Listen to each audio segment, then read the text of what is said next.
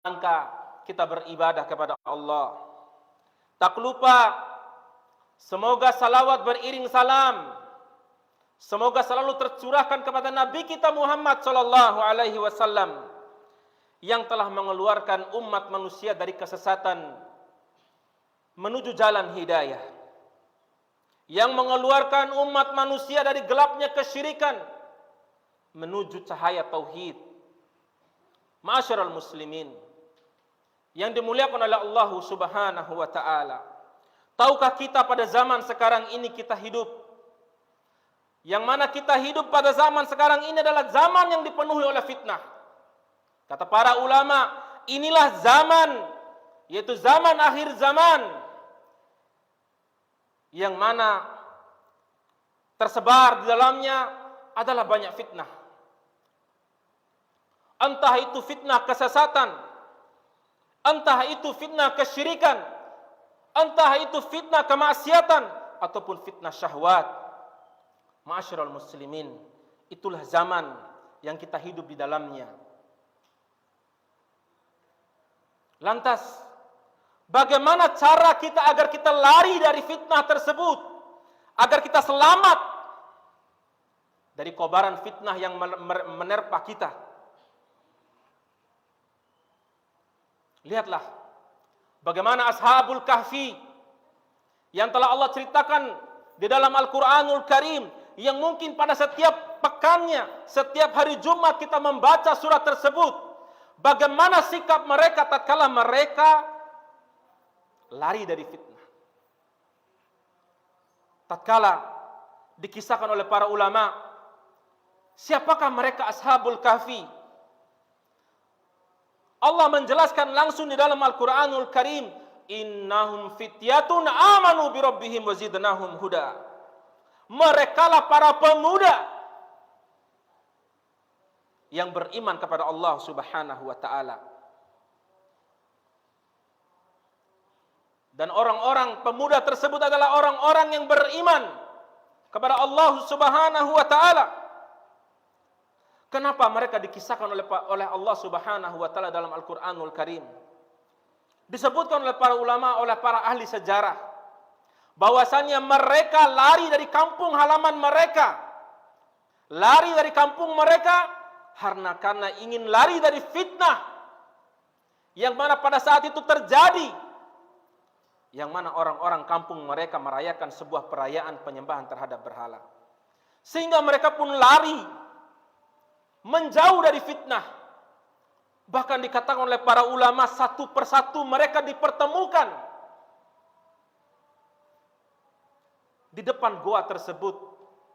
Salah seorang lari, kemudian dia duduk. Datang seseorang lagi lari, dia duduk di situ.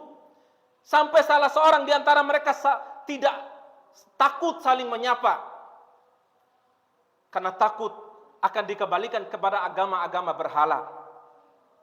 Sampai salah seorang di antara mereka bertanya, kamu dari mana? Entah mau kemana kamu? Maka beranilah salah seorang di antara mereka menjawab, saya lari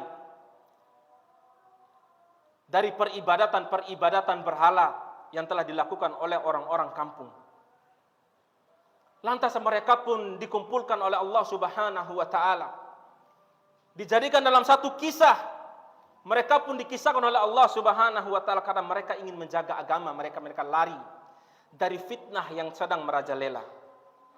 Lantas kaum muslimin yang dimuliakan oleh Allah Subhanahu wa taala, bagaimana kiat kita, cara kita agar selamat dari fitnah yang mana kita hidup di zaman sekarang ini?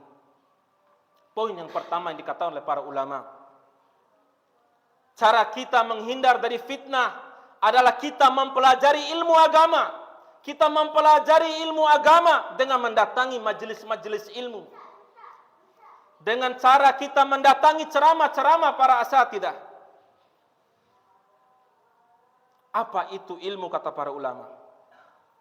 Ilmu dikatakan oleh para ulama adalah qala Allahu wa qala Rasul wa qala sahabah. Dikatakan majelis tersebut sebagai majelis ilmu adalah apabila di dalamnya dibacakan perkataan Allah Subhanahu wa taala atau firman Allah Subhanahu wa taala. Kemudian dikatakan di dalamnya atau dibacakan di dalamnya sabda Nabi sallallahu alaihi wasallam. Dan juga dikatakan di dalamnya adalah ucapan-ucapan para sahabat Nabi sallallahu alaihi wasallam. Inilah ilmu yang dikatakan oleh para ulama. Dan bahkan setiap hari kita berdoa agar diberikan kepada kita ilmu. Bahkan paling sedikit kita berdoa kepada Allah Subhanahu wa taala 17 kali. Apa bunyi doa tersebut? Ihdinas siratal mustaqim. Ya Allah, berikanlah kami petunjuk. Itu siratal mustaqim. Berikanlah kami hidayah. Yaitu jalan yang lurus. Kata para ulama, apa itu jalan yang lurus? Itu jalan hidayah, itu ilmu. Dan hidayah itu taufik. Yaitu hidayah ilmu dan hidayah kita mengamalkan ilmu kita. Ini kata para ulama yang sering kita berdoa kepada Allah Subhanahu wa taala agar diberikan hidayah. Ma'asyiral muslimin yang dimuliakan oleh Allah Subhanahu wa taala. Lihatlah bagaimana para sahabat Nabi sallallahu alaihi wasallam. Semangat mereka dalam belajar menuntut ilmu. Dikisahkan oleh para ahli sejarah. Dikisahkan dalam riwayat-riwayat dari para sahabat Nabi sallallahu alaihi wasallam bahwasanya ada 2 orang dari sahabat Nabi sallallahu alaihi wasallam. Lihatlah bagaimana semangatnya mereka para sahabat Nabi sallallahu alaihi wasallam ingin mempelajari ilmu.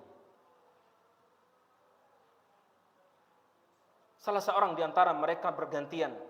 Tatkala satu hari, salah seorang di antara mereka akan menunggu kebun-kebun mereka.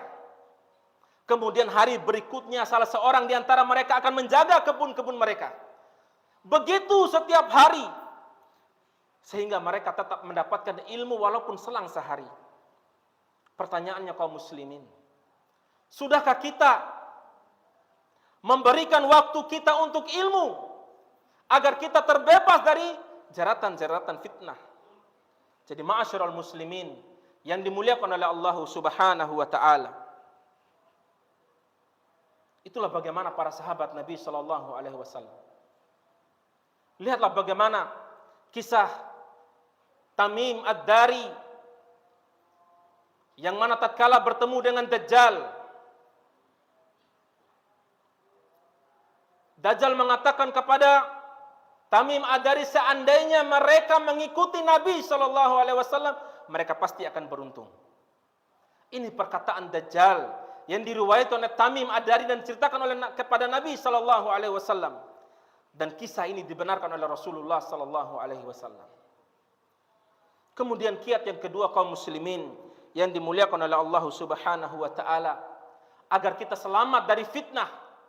Poin yang kedua yang harus kita lakukan adalah kita lari dari fitnah. Jangan menghampiri fitnah. Sebagaimana kisah yang disabdakan oleh Nabi sallallahu alaihi wasallam, hampir-hampir ada seseorang pengembala kambing yang mana harta terbaik bagi seseorang tersebut adalah kambingnya yang ada di atas gunung. Karena dia tidak mau bergelut dengan fitnah di dalam kota. Sehingga dia pun menjadikan kambingnya sebagai harta yang terbaik. Yafiru minal fitnah. Dia lari dari fitnah. Ini sabda Nabi sallallahu alaihi wasallam. Dan lihatlah di antaranya kisah Ashabul Kahfi yang diceritakan oleh Allah Subhanahu wa taala dalam Al-Qur'anul Karim. Dan lihatlah pula bagaimana kisah Nabi Yusuf alaihi salatu wasalam. Kisah Nabi Yusuf lari dari fitnah. Bagaimana kisah Nabi Yusuf lari dari fitnah? Tatkala Zulaikha, yaitu istri dari raja yang hendak ingin merayu dia, dia pun mengajak para wanita-wanita yang ada di Madinah, yang ada di kota, seraya mengundang mereka ke dalam rumah-rumah dia atau ke dalam rumahnya. Sehingga tatkala wanita-wanita bangsawan yang ada di kota datang ke rumah Zulaikha, kemudian Zulaikha pun mengatakan kepada Nabi Yusuf, "Wahai Yusuf, keluarlah." Maka sebelum Nabi Yusuf keluar, Zulaikha pun memberikan kepada wanita-wanita kota tersebut yaitu sebuah apel. Dan setiap orang memegang pisau. Tatkala keluar Nabi Yusuf alaihissalatu wassalam, apa yang dikatakan oleh orang wanita-wanita Madinah tersebut, wanita-wanita kota tersebut? Hasyana lillah ma hadza bashar. Mereka seraya bertakjub kepada Nabi Yusuf alaihissalatu wassalam. Kemudian mereka mengatakan, ini bukan manusia.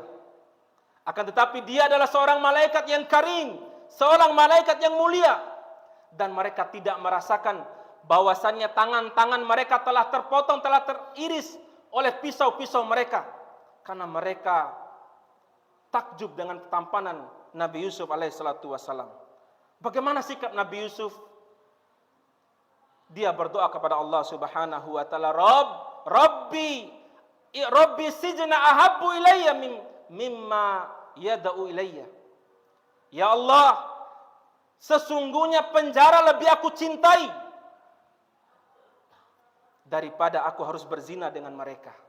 Inilah sikap orang-orang soleh tatkala mereka lari dari fitnah. Aqulu qouli hadza astaghfirullah li wa lakum wa lisairil muslimin innahu huwal ghafurur rahim.